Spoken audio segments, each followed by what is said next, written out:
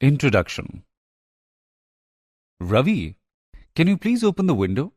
Let some fresh air come into the room. Sure, Father. Father, when the sunlight comes from the window, why are the dust particles visible? Because air is a colloid, as it carries dust particles.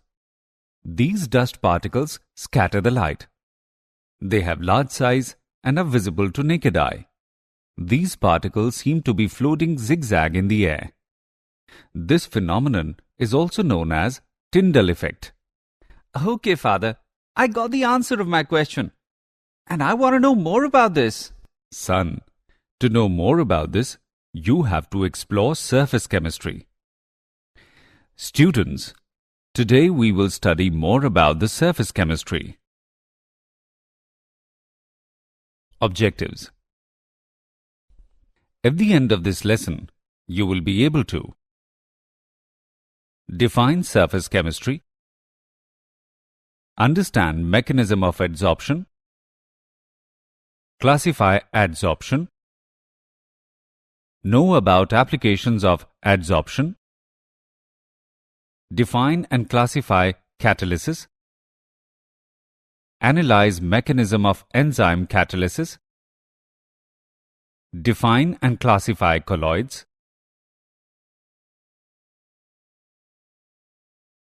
know the methods for preparation of colloids, explain properties of colloidal solution, define Tyndall effect and electrophoresis, define emulsions, know about applications of colloids. Definition. Surface chemistry is that branch of physical chemistry which deals with the study of the phenomena occurring at the interface, that is, the boundary separating two bulk phases. Solid-solid, solid-liquid interfaces are known. As gases are completely miscible, they do not form any interfaces. Interface is only a few molecules thick, but the area is dependent on the particle size of the bulk phases. Adsorption. The phenomenon of attracting and retaining the molecules of a substance on the surface, or a liquid or solid, leading to a higher concentration on the surface in comparison to the bulk, is called adsorption. For example, when oxygen gas is taken in a closed vessel containing powdered charcoal, then the pressure inside the enclosed vessel decreases. This is due to adsorption of the gas molecules on the surface of charcoal. The substance accumulating at the surface of the solid during adsorption is called adsorbate. The surface on which adsorption occurs is called adsorbent. Adsorption and absorption. The phenomenon in which a substance is uniformly distributed throughout the bulk is known as absorption. It is the penetration of the substance through the surface into the bulk of the solid. For example, when a sponge is dipped in a liquid, it absorbs some molecules of liquid. Let's make some important differences between adsorption and absorption. Adsorption involves unequal distribution of the molecular species in bulk and at the surface, whereas absorption involves uniform distribution of the molecular species throughout the bulk. Adsorption is rapid in the beginning and slows down near the equilibrium, whereas absorption occurs at a uniform rate. Adsorption is a surface phenomenon, whereas absorption occurs throughout the body of material. Sorption and desorption. Sorption. Sometimes the adsorbate dissolves into adsorbent. Initially, the adsorbate appears on the surface of adsorbent and later passes into the body of adsorbent. Thus, adsorption changes into absorption. Simultaneous occurrence of absorption and adsorption is called sorption. Desorption. The process of removing an adsorbed substance from a surface on which it is adsorbed is called desorption. Mechanism of adsorption. The amount of heat evolved when 1 mole of the adsorbate is adsorbed on adsorbent surface is called enthalpy of adsorption. Adsorption is always an exothermic process, and enthalpy change of adsorption is always negative. When adsorbate molecules are adsorbed on the surface of an adsorbent, their freedom of movement becomes restricted and hence entropy decreases. Adsorption is spontaneous. Therefore, at constant temperature and pressure, Gibbs free energy decreases. Delta G is equal to delta H minus T delta S. Types of adsorption.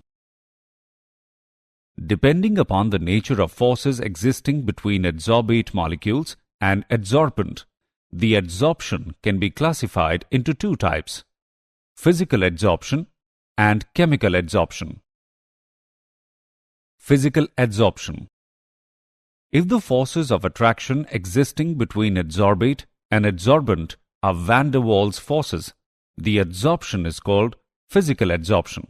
Since the forces existing between adsorbent and adsorbate are very weak, therefore, this type of adsorption can be easily reversed by heating or by decreasing the pressure.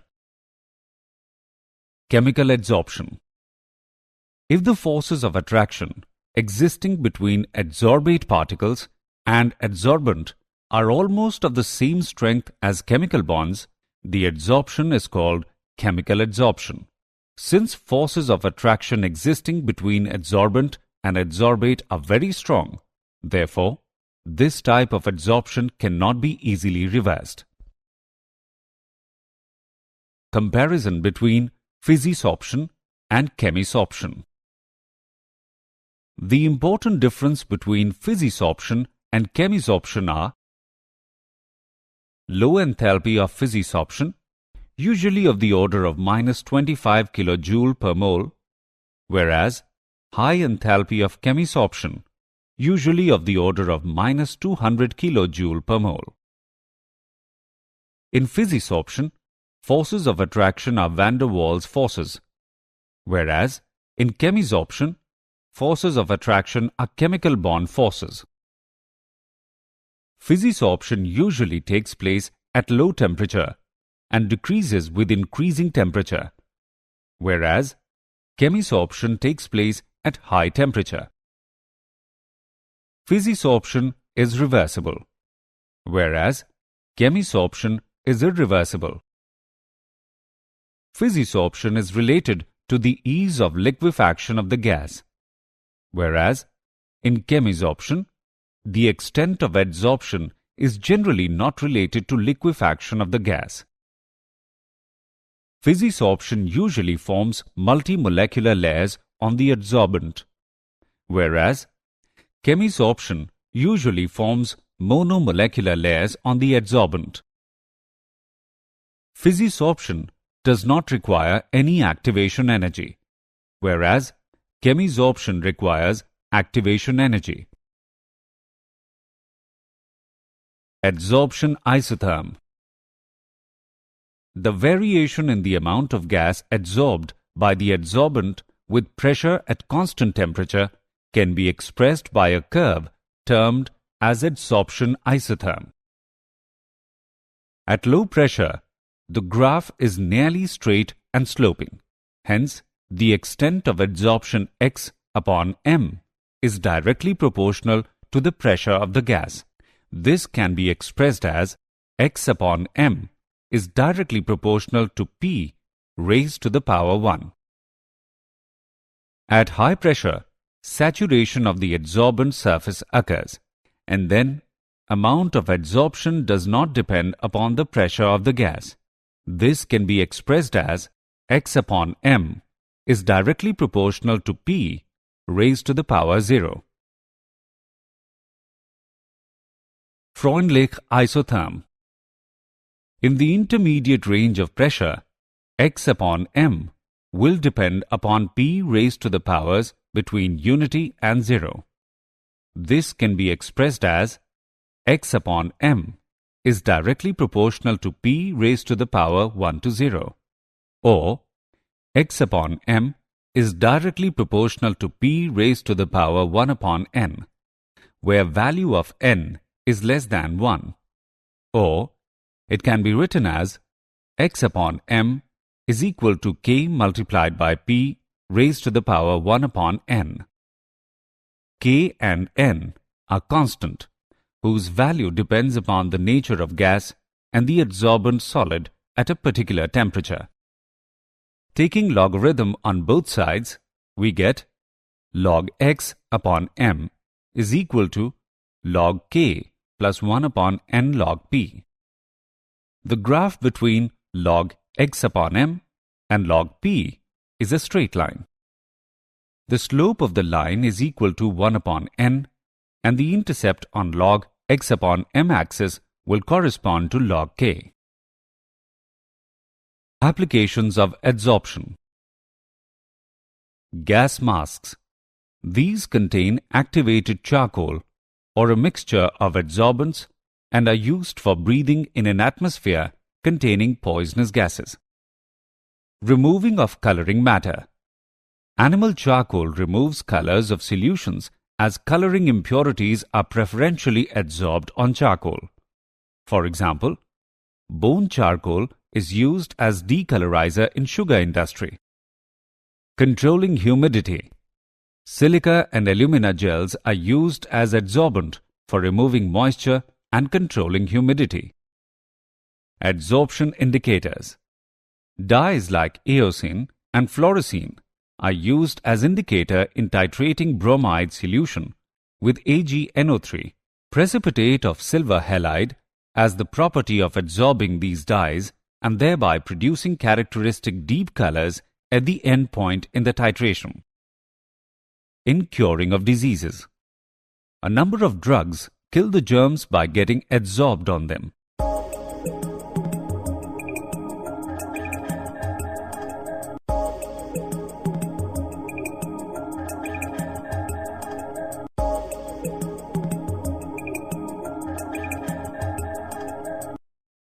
Removal of hardness of water.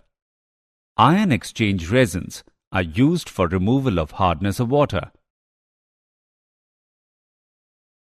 Some other applications of adsorption. Heterogeneous catalysis. There are many gaseous reactions of industrial importance involving solid catalyst. Adsorption of reactants on solid surfaces increases rate of reaction. For example, manufacture of ammonia, sulfuric acid, and hydrogenation of oils. Chromatographic separation. Components of mixtures, especially of organic compounds, can be separated and identified by chromatographic analysis, which is based upon adsorption phenomenon. For example, thin layer chromatography, paper chromatography, and gas-liquid chromatography. Froth flotation method. Pulverized ore is suspended in water containing some pine oil and a frothing agent. When air is blown into it, the ore particles are adsorbed on the air-oil interface and come to the surface in the form of froth. For example, sulfide ores are concentrated by this method. Separation of inert gases. Due to difference in the degree of adsorption of gases by charcoal at different temperatures, a mixture of inert gases can be separated by adsorption on coconut charcoal. Catalysis. A catalyst is a substance which influences the speed of a chemical reaction without itself undergoing any chemical change at the end of the reaction. This phenomenon is known as catalysis. For example, when potassium chlorate is heated in the temperature range of 653 to 873 Kelvin, it slowly decomposes to give dioxygen. But if a little manganese dioxide is added, the decomposition takes place in the temperature range of 473 to 633 Kelvin and dioxygen is released at a much faster rate. A catalyst may increase or decrease the rate of a reaction. A catalyst which increases the rate of reaction is called a positive catalyst. For example, decomposition of KClO3 in presence of MnO2. A catalyst which decreases the rate of reaction is called a negative catalyst. For example, tetraethyl lead is added to petrol to prevent knocking of the engine. Types of catalysis. The catalysis reactions are of two types: homogeneous catalysis and heterogeneous catalysis. Homogeneous catalysis. When the reactants and the catalyst are in the same phase, it is called homogeneous catalysis. For example, oxidation of sulfur dioxide into sulfur trioxide in presence of nitric oxide in the lead chamber process for the manufacture of sulfuric acid. Reactants, sulfur dioxide and oxygen, and the catalyst, nitrous oxide, are all in the same gaseous phase. Heterogeneous catalysis. When the reactants and the catalyst are in the different phase, it is called heterogeneous catalysis. For example, manufacture of methanol from carbon monoxide and hydrogen using ZNO plus Cr2O3 as catalyst. Reactants are in gaseous phase and catalyst is in solid phase. Adsorption theory of heterogeneous catalysis. In heterogeneous catalysis, the catalytic activity is localized on the surface of the solid catalyst. Heterogeneous catalysis occurs through the following steps: diffusion of reactants to the surface of the catalyst, adsorption of reactants on the surface of the solid catalyst. The adsorbed reactant molecules undergo a chemical reaction to form an intermediate called activated complex. The activated complex then breaks to form the products. The products then dissociate from the catalyst surface, known as desorption. Diffusion of product molecules away from catalyst surface. Nature of solid catalyst. Metals, alloys of metals, metal oxides, metal sulfides, or mixture of these are generally used as solid catalyst.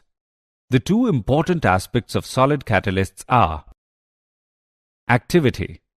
The ability of a catalyst to accelerate the rate of a chemical reaction is called activity. These catalysts accelerate the rate of reactions to a very large extent, and in some cases, the rate of reaction becomes 10 raised to the power 10 times faster in the presence of a catalyst.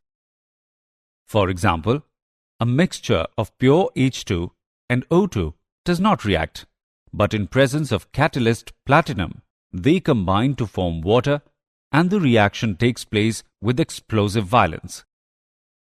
Selectivity. It is the ability of a catalyst to direct a reaction to yield a particular product. For example, carbon monoxide and hydrogen react to give different products in presence of different catalysts. Shape-selective catalysis by zeolites. The catalytic reaction that depends upon the pore structure of the catalyst and the size of the reactant and product molecules is called shape-selective catalysis. Zeolites are good shape-selective catalysts because of their honeycomb-like structures. They are microporous aluminosilicates with three-dimensional network of silicates in which some silicon atoms are replaced by aluminium atoms. The reactions taking place in zeolites depend upon the size and shape of reactant and product molecules as well as upon the pores and cavities of the zeolites. Zeolites are used as catalysts in petrochemical industries for cracking of hydrocarbons and isomerization. Enzyme catalysis. Enzymes are complex nitrogenous organic compounds which are produced in living cells of plants and animals. They are also known as biochemical catalysts because of their importance in biochemical processes. Almost all enzymes are complex protein molecules with high molecular mass. Enzymes are produced by living cells. A typical cell, on an average, contains about 3,000 different kinds of enzymes, each enzyme catalyzing a particular reaction. For example, conversion of milk into curd by lactobacilli enzyme present in curd.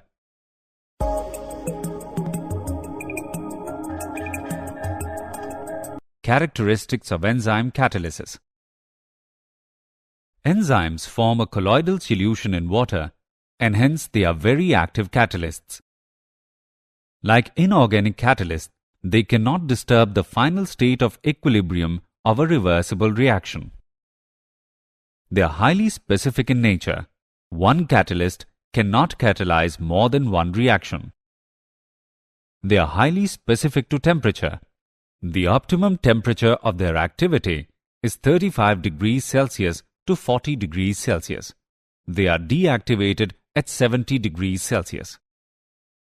A small quantity of enzyme catalyst is sufficient for a large change. They are destroyed by ultraviolet rays. Their efficiency is decreased in presence of electrolytes. Mechanism of enzyme catalysis. The enzymes are highly specific in their action. The specificity of an enzyme is due to presence of some specific sites called active sites. These active sites are associated with the presence of some functional groups which undergo some weak interactions with the substrate molecule. The shape of active site on a given enzyme is such that only a specific substrate can bind with it. This specific binding of the active site with the substrate results in the formation of enzyme-substrate complex. In this complex, the substrate molecules are held in appropriate steric orientation to facilitate the reaction. After achieving proper orientation, substrate molecules react to form the products. As product molecules do not have affinity for the enzyme surface, they immediately leave the surface so that fresh substrate molecules bind with the active site.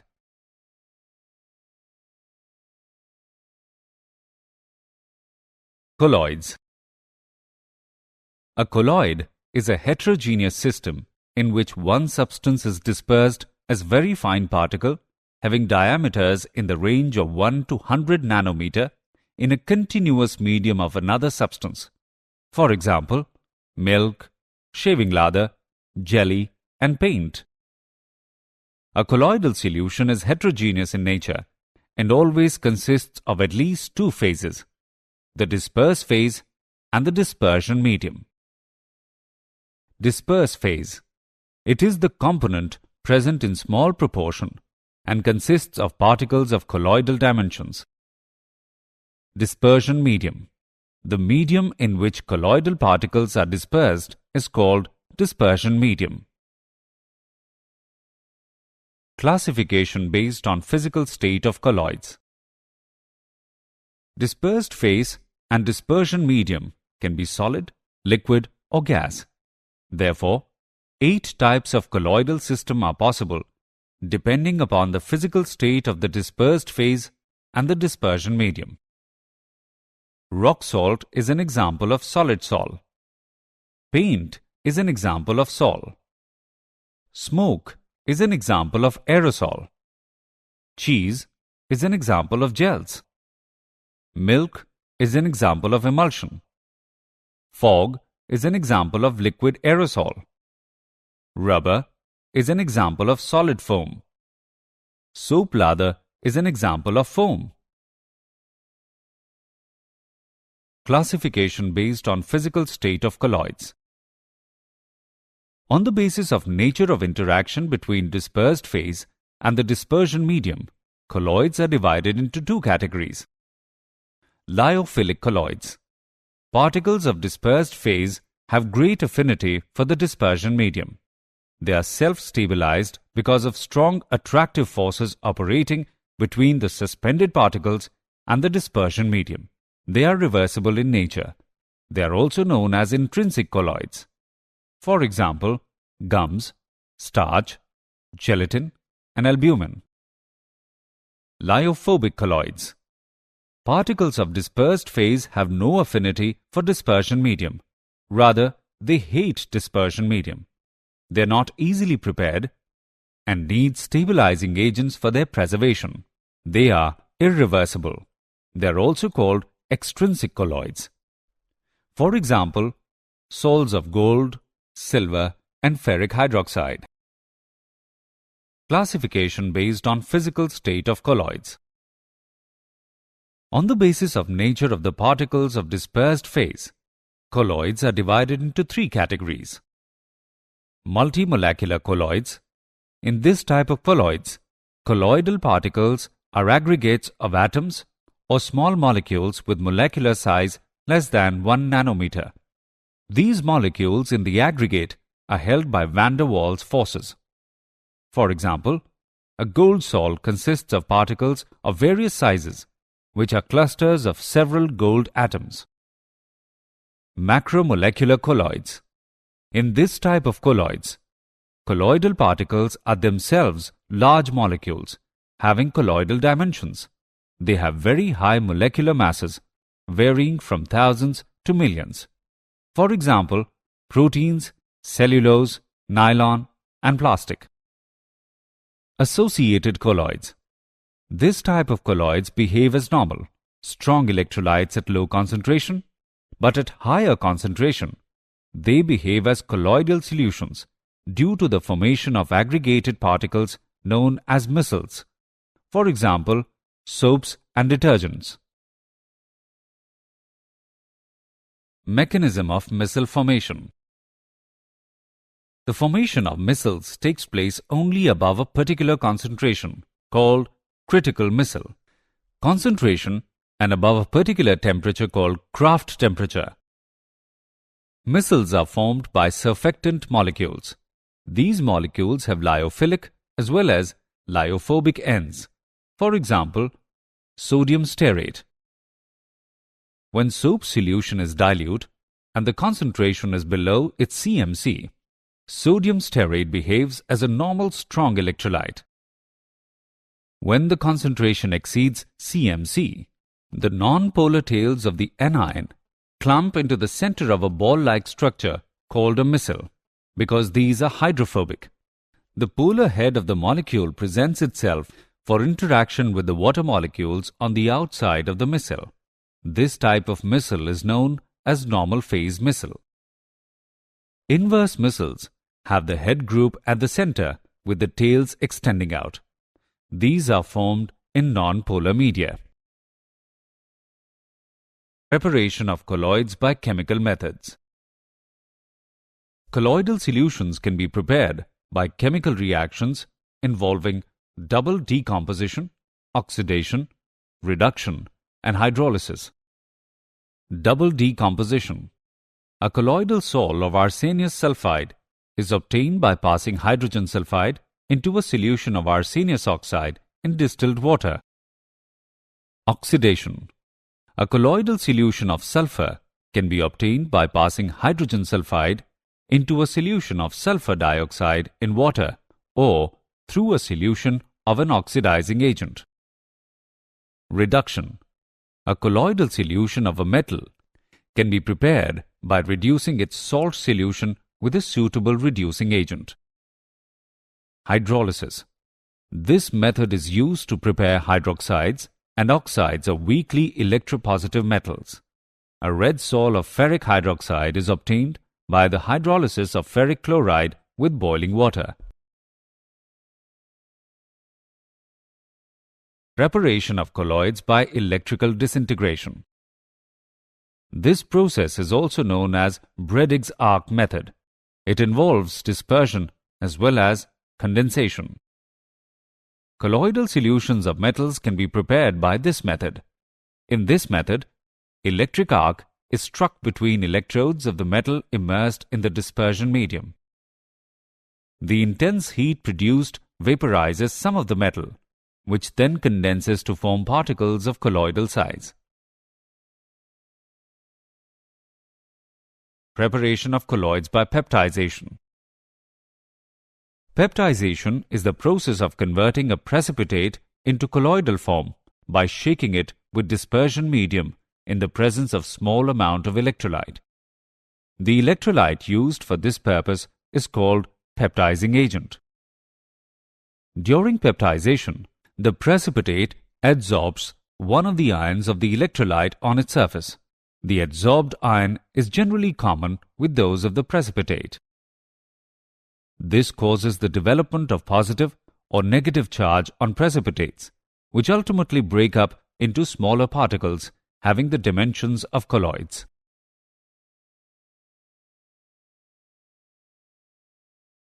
Purification of colloidal solutions. The process used for reducing the amount of impurities to a requisite minimum is known as purification of colloidal solution. The purification of colloidal solution can be done by following methods. Dialysis. It is a process of removing a dissolved substance from a colloidal solution by means of diffusion through a suitable membrane. The apparatus used for this purpose is called dialyzer. Electrodialysis. The process of dialysis is quite slow. It can be made faster by applying an electric field if the dissolved substance in the impure colloidal solution is only an electrolyte. Then the process is known as electrodialysis. Ultrafiltration. In this method, colloidal solutions are purified by carrying out filtration through special type of graded filters called ultrafilters. These filter papers allow the electrolytes to pass through them but do not allow colloidal particles.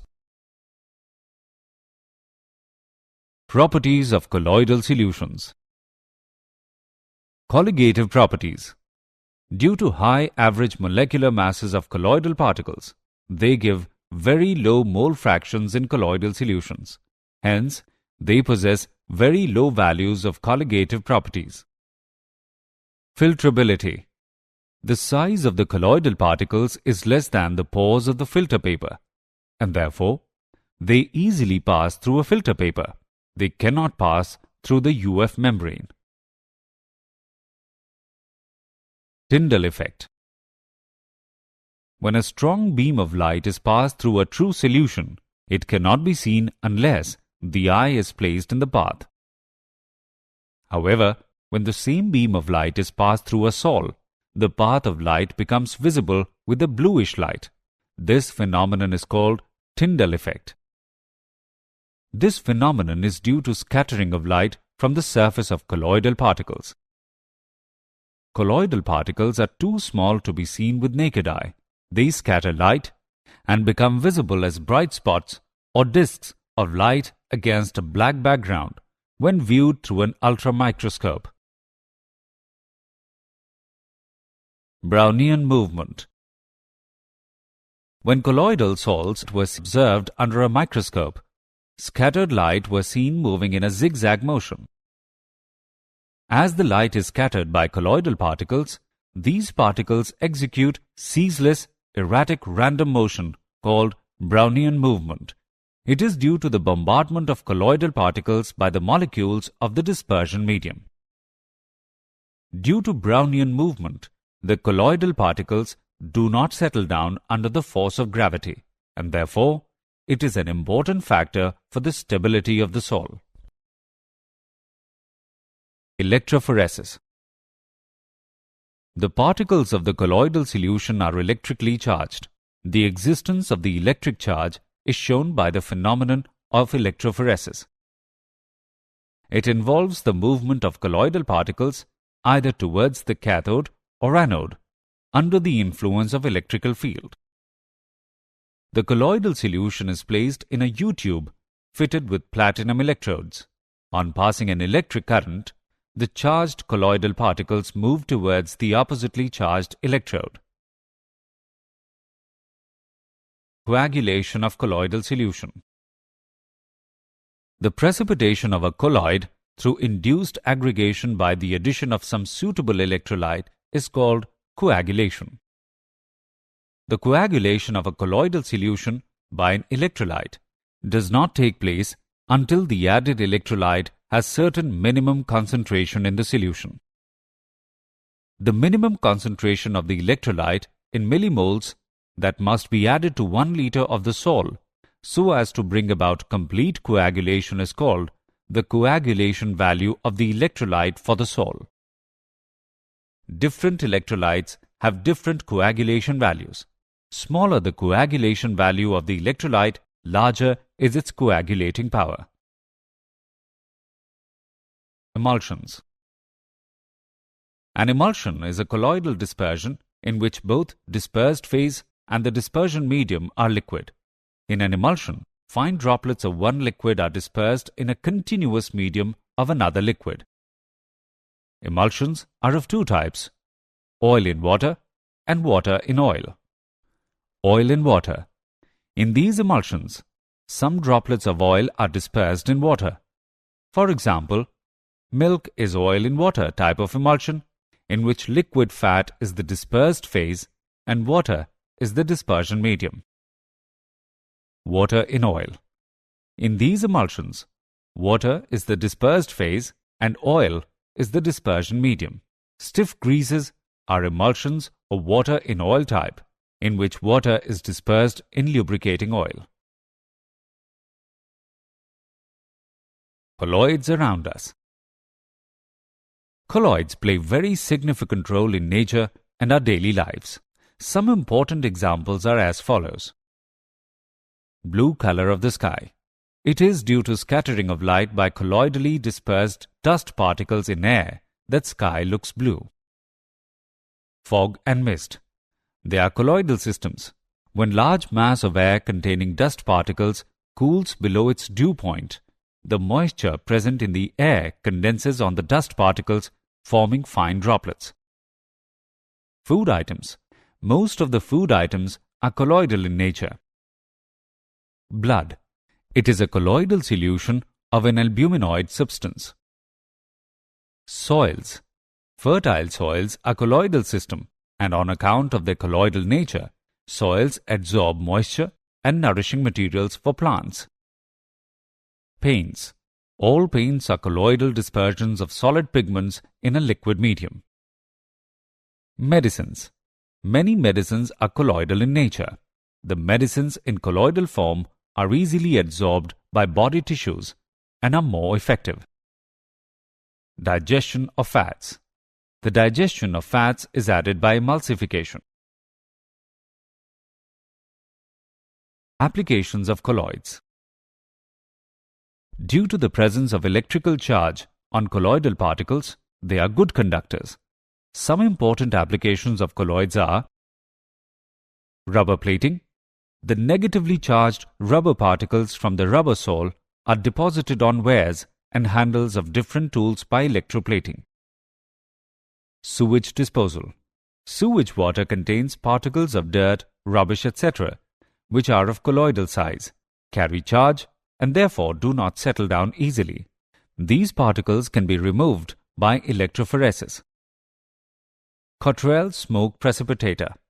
Smoke is made free of colloidal particles by passing it through Cottrell precipitator installed in the chimney of an industrial plant.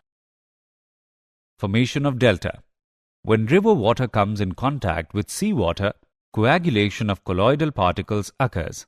These coagulated clay particles settle down at the point of contact and gradually river bed starts rising.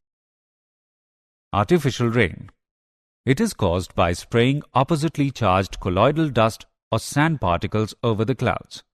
The colloidal water particles of the clouds get neutralized and coagulate to bigger water drops which cause artificial rain.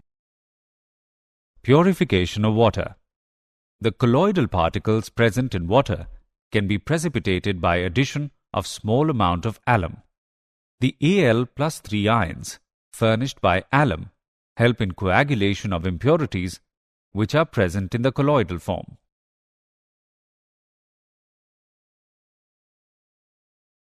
Did you know? Bone black and charcoal are used in industry to remove colors from solutions since they absorb many coloring materials. Sometimes, the smoke emitted by motorcycles seems to be blue in color, is an example of Tyndall effect. The enzyme ptyalin, found in human saliva, accelerates the reaction so that starches can be digested. The clotting of blood is an example of coagulation.